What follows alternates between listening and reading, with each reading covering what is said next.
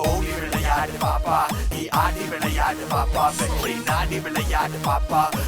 அம்மா, இந்த மாசம் என் பங்கு கொண்டு போய் சாமி படத்துக்கு மேல வைடா. எண்ணி பார்த்துட்டு நீயே வைய. எதுக்குடா என்னனோ, எல்லாம் சரியா தான் இருக்கும். எண்ணி பாரு.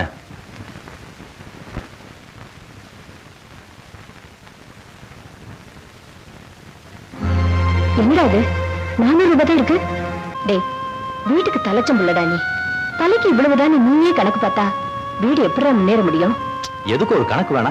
சரிடா, ஒரு குழந்தை வயத்துல 10 மாசம் இருக்கணுங்கிறதான் கணக்கு. நீ 10 மாசம் 13 நாள் இருந்த, சுமக்கலையா? கணக்கு முடிஞ்சு போச்சுன்னு கீழே இறக்கி வச்சுட்டேன். கோதாவரி, உன்னை கல்யாணம் பண்ணிக்கிட்டனால இன்னைக்கு ஒரு நாள் தாண்டி கொஞ்சம் புத்திசாலித்தனமா பேசியிருக்க.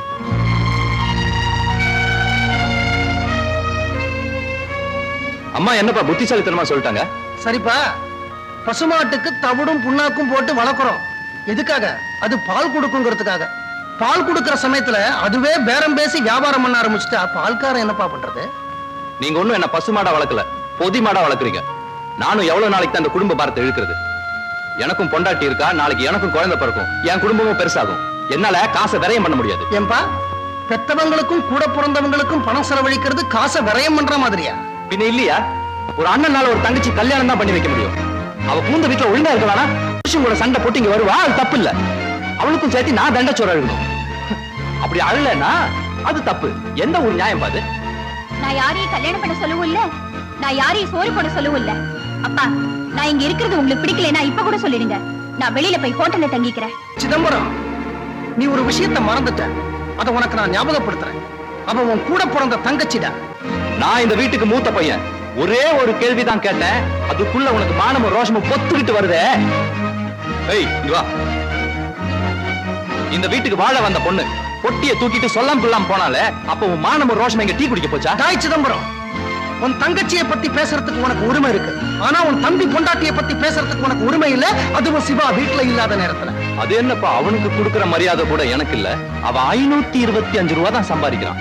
நான் 1725 ரூபா சம்பாதிக்கிறேன். That is 1725. Is it? Yes. கொஞ்சம் உள்ள போமா. 525 ரூபாய் சம்பாதிக்கிறவன் 450 ரூபாய் ஒண்ணுமே பேசாம கொடுக்கறதுக்கும், 1725 ரூபாய் சம்பாதிக்கிறவன் that is 1725 rupees சம்பாதிக்கிற நீ 400 ரூபாய் கொடுக்கறதுக்கு கணக்கு பாக்குறதுக்கும் வித்தியாசம் இருக்குடா கண்ணா. Bullshit. ஏய் சிதம்பரம், நீ 400 ரூபாய் பணம் கம்மியா கொடுக்கறதுனால சரோஜினி அவன் புருஷன் வீட்டுக்கு திரும்பி போயிட போறாளா? இல்ல வசந்தா சொல்லாம வீட்டை விட்டு போனாலே அந்த களங்கம் போயிட போகுதா? இல்ல பாரதி தான் பரீட்சையில பாஸ் ஆயிட போறாளா? அப்பா, நிறுத்துறா. மத்த பிள்ளைங்களால மன கஷ்டம், மூத்த பிள்ளைனால பண கஷ்டம், அவ்வளவுதானே. கோதாவரி, அவன் கொடுத்த 400 ரூபாய் பணத்தை அவன்கிட்டயே திருப்பி கொடுறி. பெத்த கடனுக்கு அவனுக்கு என்னால ஃப்ரீயா சாப்பாடு போட முடியும். சாப்பிட்ட பலகாரத்துக்கு பில்லு கொடுக்காம போற ரகத்தை சேர்ந்தவல்ல நான். ஆனா மத்தவங்க எல்லாம் சாப்பிடுறதுக்கு எனக்கு பில்லு போடுறீங்க பாருங்க, அதான் தப்புங்கிற. யாருகிட்ட பேசுறேன்னு தெரியுதா மிஸ்டர் சிதம்பரம்? தட்டு தடுமாறி திசமாறி போன தத்தாரிகளை தட்டி கேட்க வக்கில்லாத ஒரு முதுகெலும்பு இல்லாத வயசான கிழவன்கிட்ட பேசுறேன்னு எனக்கு நல்லா தெரியும். உன்னை பெத்து வழக்க வீதி வீதியா அலைஞ்சு தேஞ்சு அழிஞ்சு உன் பேருக்கு பின்னாடி பிகாம்ங்கிற 3 எழுத்த கூட்ட வச்ச ஒரு பைத்தியக்காரனோட பேசுறேன்னு தெரியல இல்லையா? தெரியல. நீ ஆபீஸ்ல சேரும் போது கேட்ட 5000 ரூபாய் செக்யூரிட்டி டெபாசிட்டுக்காக தன்னுடைய ப்ராவிடன்ட் ஃபண்ட் கிராச்சுவிட்டி பேப்பர்ஸ் வட்டி கடை சேட்டுக்கிட்ட அடமான வச்சு 5000 ரூபாய் வாங்கி கொடுத்த இந்த சால்ட் குட்டார ஸ்டாலிக்லர் அம்மா எப்ப முதலியார்கிட்ட பேசுறேன்னு தெரியல. தெரியல. நீ காலேஜுக்கு போகும்போது எலக்ட்ரிக் ட்ரெயின்ல அடிபட்டு சாக கடந்த உனக்கு 3 பாட்டில் ரத்தம் கொடுத்து காப்பாத்தின இந்த அப்பாவி அம்மா எப்ப முதலியார்கிட்ட பேசுறேன்னு தெரியல இல்லையா? தெரியல தெரியல தெரியல. அப்ப வீட்டை விட்டு வெளியில போடா நாயே. மிஸ்டர் அம்மையப்பன், உங்க ஓடுகாலி பொண்ணு கல்யாணத்துக்காக என் ஆபீஸ்ல இருந்து நான் கடனா வாங்கி கொடுத்த 18000 ரூபாய் பணத்தை வட்டியோட எண்ணி கீழே வைங்க. அடுத்த நிமிஷமே உங்க வீட்டை விட்டு வெளியே போறேன்.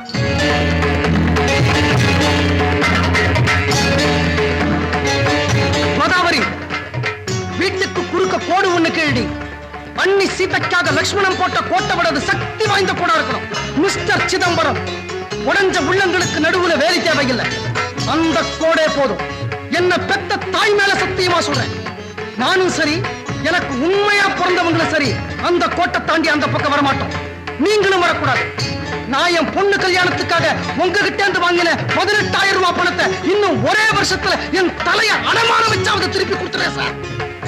அது வரைக்கும் நான் செத்தா கூட நீங்க என்ன பார்க்க கூடாது. எனக்கு கொல்லி போடக்கூடாது. எனக்கு தவசம் பண்ணக்கூடாது. Get lost.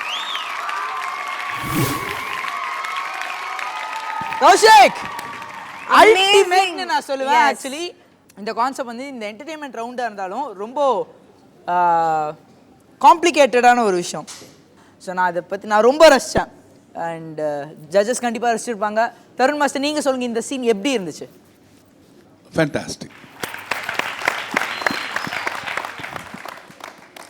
சத்தியமாக நான் வந்து டான்ஸ் ப்ரோக்ராம்லேயே இந்த மாதிரி ஒரு ரவுண்டு, ஆக்டிங் ரவுண்ட் நான் லைஃப்பில் பார்த்ததில்லை. எந்த வியூவர்ஸும் பார்க்கல. எந்த சேனல்லையும் இந்த மாதிரி ப்ரோக்ராம், இந்த மாதிரி ரவுண்டு, ஸ்பெஷல் ரவுண்டு நடந்ததே இல்லை. பட் நான் சொல்கிறேன்ல, நம்ம ஓடி விளையாடு பாப்பா இந்த பர்டிகுலர் சீசனோட கண்டஸ்டன்ஸ் எல்லாம் கிளின்னு கிளிக்கிறாங்க.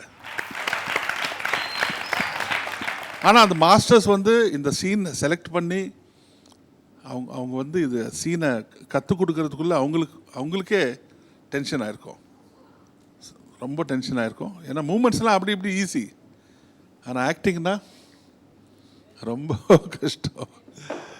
பியூட்டிஃபுல், ஃபேண்டாஸ்டிக்காக பண்ண. God bless you. Gayatri Raghuramasta, your comments. Kaushik, என்ன ஒரு டஃப் சீன் அது. அது 3 பேர் ப்ளே பண்ணியிருப்பாங்க, 3-4 பேர் ப்ளே பண்ணியிருப்பாங்க அந்த சீனில். ஆனால் நீ வந்து அசால்ட்டாக ஒருத்தனே வந்து அங்கேருந்து குனிஞ்சு போய் வேற நீ வந்து ரகுவரனோட டயலாக்ஸ் எல்லாம் நீ எடுக்கிற. அவன் கொடுத்த 400 ரூபாய் பணத்தை அவன்கிட்டயே திருப்பி கொடுறே. பெத்த கடனுக்கு அவனுக்கு என்னால ஃப்ரீயா சாப்பாடு போட முடியும். சாப்பிட்ட பலகாரத்துக்கு பில்லு கொடுக்காம போற ரகத்தை சேர்ந்தவல்ல நான். ஆனா மத்தவங்க எல்லாம் சாப்பிடுறதுக்கு எனக்கு பில்லு போடுறீங்க பாருங்க, அதான் தப்புங்கிற. யாருக்கிட்ட பேசுறேன்னு தெரியுதா மிஸ்டர் சிதம்பரம்? அது பியூட்டிஃபுல் சீன் எடுத்துட்டு, எமோஷ்னல் சீன். இன்னி வரைக்கும் அந்த ஃபேமிலி ப்ராப்ளம்லாம் நடந்துகிட்டே இருக்குது. அது ஓயாத ஒரு ப்ராப்ளம், ஃபேமிலி ப்ராப்ளம். ஸோ அது ரொம்ப அழகாக ஆன் ஸ்டேஜ் நீ வந்து ரொம்ப அழகாக எக்ஸிக்யூட் பண்ண. Okay, and fantastic. அந்த பாடி லாங்குவேஜ், நிற்கிற பொசிஷன், லுக் பார்க்குறது எல்லாமே பியூட்டிஃபுல்லாக இருந்தது பார்க்குறதுக்கு. 3 பேர் அட் அ டைமில் பண்ணுறதுலாம் வந்து super. Okay, keep it up. நல்ல timing. Okay, all the best.